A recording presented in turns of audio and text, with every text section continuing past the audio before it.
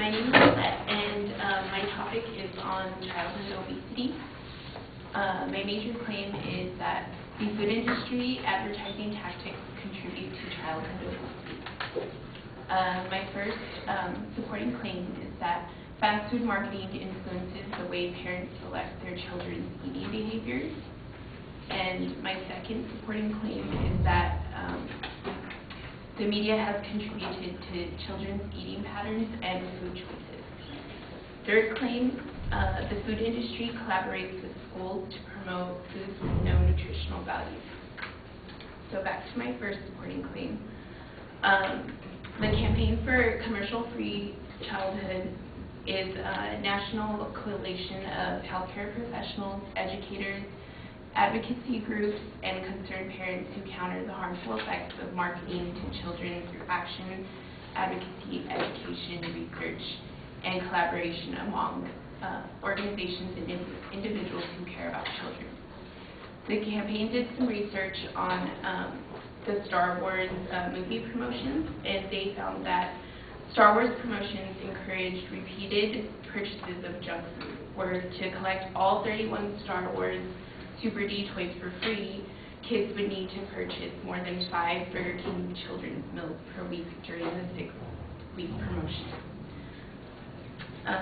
Another example is the contests that they have that give away free stuff. Mary Story and Simone French from the Division of Epidemiology at the University of Minnesota state that premiums and sweepstakes prizes have increased recently and are often used to appeal to children and adolescents' tastes and desires. Recently, premiums provide something free with the purchase, whereas sweepstakes and contests promise opportunities to win free products. So the way this works is that food companies market toys and products with brand logos to preschoolers and young children to develop an early and positive relationship with the child and thereby promote brand awareness and preference. So you might question how children have money to buy these products. That's really not the case. Their parents are the ones that fund these products. But the nonprofit organization called the Center of Science in the Public Interest works toward improving the public health through its work on nutrition. They say that marketers count on children wearing their parents down and on giving in and purchasing low nutrition foods for their children. So parents are constantly being nagged and undermined by the food industry because the food industry is telling children that certain foods are good for them when in fact they are not.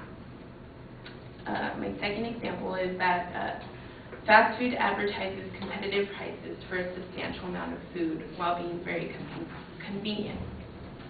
So you have your busy mothers on the go that don't have time to cook nutritious meals for their family, so they stop at a fast food restaurant, which is cheap and convenient.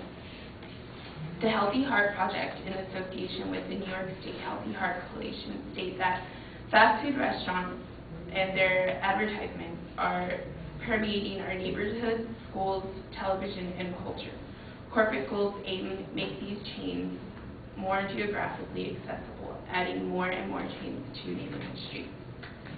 These industries are successful because they offer consumers a quick, cheap, convenient, and tasty meal that is all too often high in fat and salt content and low in fiber and calcium. Creative marketing strategies that offer super value meals or supersized perks result in further promotion of these industries. So being that fast food is convenient, it results the feeling of being happy and full, so it keeps the fast food in high demand. So moving on to my second supporting claim, the media has contributed to children's eating patterns and food choices. Commercials advertise foods appealing to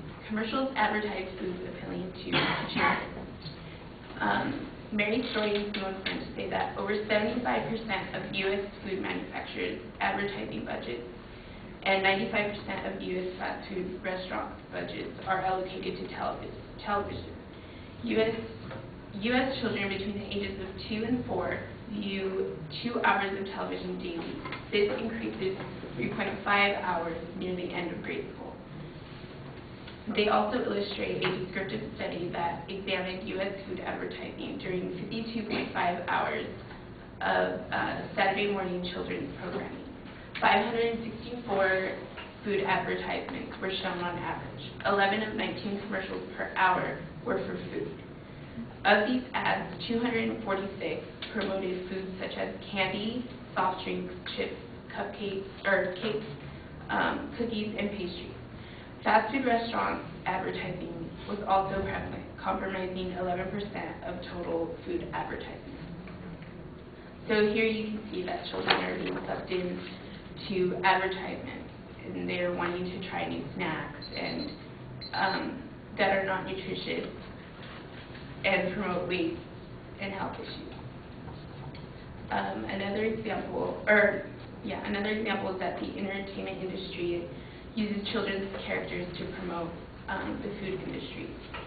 So we see that the food industry, or story in front today, that the U.S. food industry has forged promotional links with Hollywood, network studios, and toy companies. Burger King formed a linkage with Nickelodeon, McDonald's with Fox Kids Network.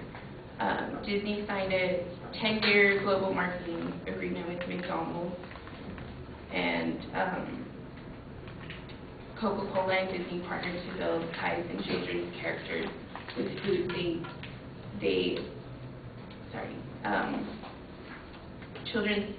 Disney character branded children's beverages. Another example is, third claim. The food industry collaborates with schools to promote foods with nutritional value. During the past decade in the U.S., use of public schools as advertising and marketing venues has grown. Reasons for the increase in school marketing to children and adolescents include the desire to increase sales and generate product loyalty, the ability to reach large numbers of children and adolescents in a contained setting. Also, the financial vulnerability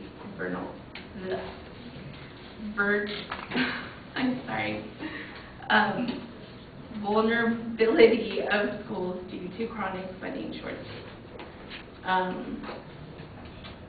I found a website.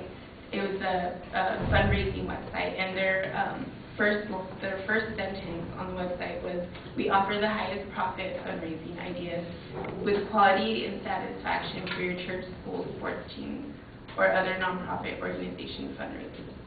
A cookie dough fundraiser is a delicious way for your church or elementary school fundraiser to bring in cash you need." My second example is children are given educational incentives that support the food industry. Story in French explained that indirect advertising includes corporate-sponsored educational materials and corporate-sponsored incentives and contests. So we have elementary schools that promote like reading incentive programs. If you read a certain amount of books, you get a free pizza or coupons to McDonald's or something like that. So in conclusion, fast food chains use toys and contests to target children's preference in brands while they undermine their parents' example of what healthy food is. Also, fast food chains offer great prices and fast service for the on-the-go family. Second, the media contributes to eating patterns and food choices by TV commercials and children's characters. And third, in-school marketing is the perfect place to promote unhealthy food to hundreds of children all at one time by using fundraisers and educational incentives. Thank you.